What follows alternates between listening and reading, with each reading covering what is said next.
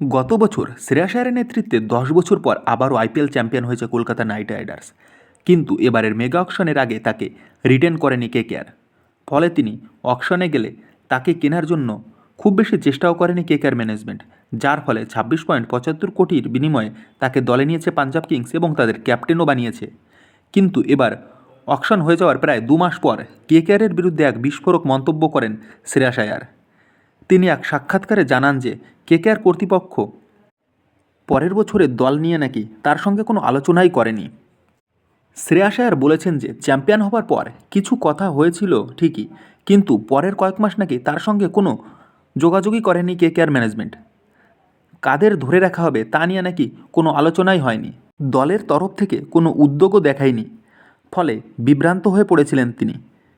কিন্তু রিটেনশনের 1 সপ্তাহ আগে যোগাযোগ করা হয়, আর তখন তিনি বুঝতে পেরেছিলেন যে একটা সমস্যা আছে। তিনি জানিয়েছেন যে কেকেআর ম্যানেজমেন্টের নিস্পৃহতার জন্যই তিনি দল ছাড়ার সিদ্ধান্ত নিয়েছিলেন। তিনি আরও জানান যে যোগাযোগের অভাবের জন্য অন্যরকম পরিস্থিতি তৈরি হয়েছিল, তখন উভয় পক্ষই আলোচনা করে সিদ্ধান্ত নিয়েছিলেন এবং তিনি দল ছেড়েছিলেন। কিন্তু রিটেনশনের পরই কেকেআরের সিইও এক ইন্টারভিউতে বলেছিলেন যে আমরা শ্রেয়াস আয়ারকে রাখতে চেয়েছিলাম, কিন্তু সে অকশনে যেতে চেয়েছিল, ফলে তাকে রিলিজ করতে হয়েছে।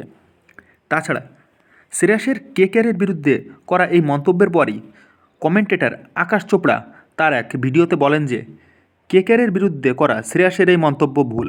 তিনি বলেন, গত 2 মাস আগেই রিটেনশন কমপ্লিট হওয়ার পর কেকেআরের কর্তাদের সঙ্গে তিনি কথা বলে জানতে পেরেছিলেন যে শ্রেয়াসকে রিটেনশন করার জন্য কেকেআর যে অ্যামাউন্ট দিতে চেয়েছিল শ্রেয়াস তাতে রাজি নন। তিনি আরও বেশি টাকা দাবি করেছিলেন, যার ফলে তিনি অকশনে যেতে চেয়েছিলেন।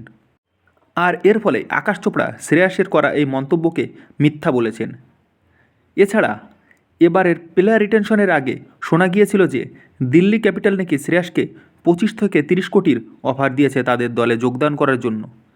তাছাড়া তাকে নাকি দিল্লি তাদের ক্যাপ্টেনও বানাবে।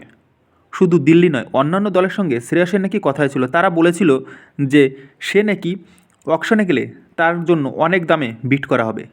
ফলে শ্রেয়াসের করা এই দাবিকে সত্য বলে ধরা যায় না।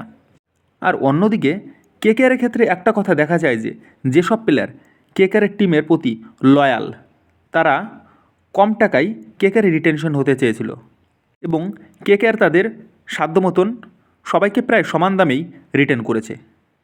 তারা চাইলেও অকশনে গিয়ে বেশি দামে বিক্রি হতে পারত।